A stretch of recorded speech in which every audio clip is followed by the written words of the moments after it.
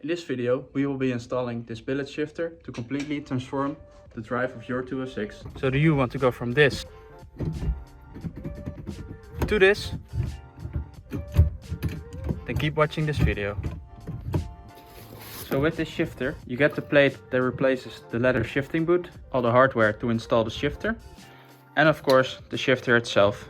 So first we need to remove the old shifter. In this case I already had a short shifter in it, but this is completely something else than the new billet shifter we have. If you still have the original shifter, you pull up on the shift knob to take it off. But in my case it just twists off like this. Now we take off the shifter boot. Next we need to be under the car, so let's lift it up.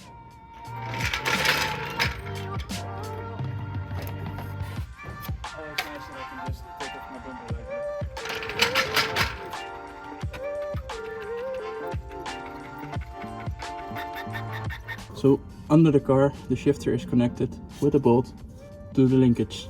So let's loosen that.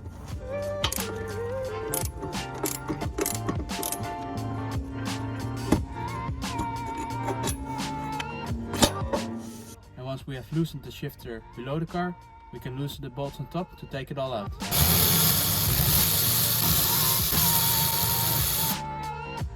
And here we have the old shifter. So when I installed my last shifter, it used bigger bolts, so I drilled out the holes in the original bolts. So since I have done that, the bolts that come with this shifter will not work anymore because it is an M8 and not an M6 like this comes with. So for most people your car will be still the same. So what you do is you put this plate on the bottom, you put on the shifter on the top, and then you use the bolts that you get with it. Since my situation is a little bit different, I have improvised, but it will come down to the same thing. So since the bolts go in from the bottom and I have no extra person to help me, I will put 2 bolts in from the top, put in the shifter so it stays in place, put in 2 bolts from the bottom, and then after that I can take these out again and put those in from the bottom as well. So now it's not gonna fall over or anything. And now I'll put in some bolts from the bottom.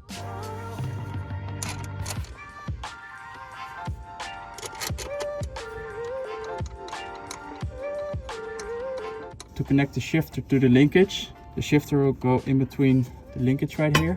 So we have to press that up in between, and then we will put this bolt through it.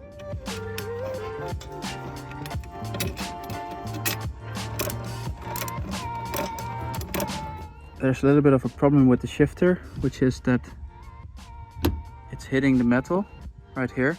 Now the problem with this isn't really getting it into gear, because right now it's into gear and it's not touching, but it's more of the extra play that it has. So I can push this even more forward, and when you do that, then the metal comes in contact. So what I did is I put a little bit of foam in between. It's not the nicest solution, but I already tried to cut away a bit of the metal, but it's still, if you force it, it's still touching the metal. So maybe if you shift really hard into the third, then that will happen. So I just put a bit of foam in between, so it will not be metal on metal contact. So that's the quick fix I have, but I don't know if that's something wrong with the product, or maybe that I can't imagine that it would be, but maybe this thing needs to be turned around. But when you do that, you don't have any room here to put it, so I would imagine that it goes like this, and it's just something that needs to be adjusted in the design of the shifter. But for now this is a fine solution. To finish it all off, they give you this plate which you can install on top of it, and you need to screw it in with a couple of screws. You could make this a different color, wrap it.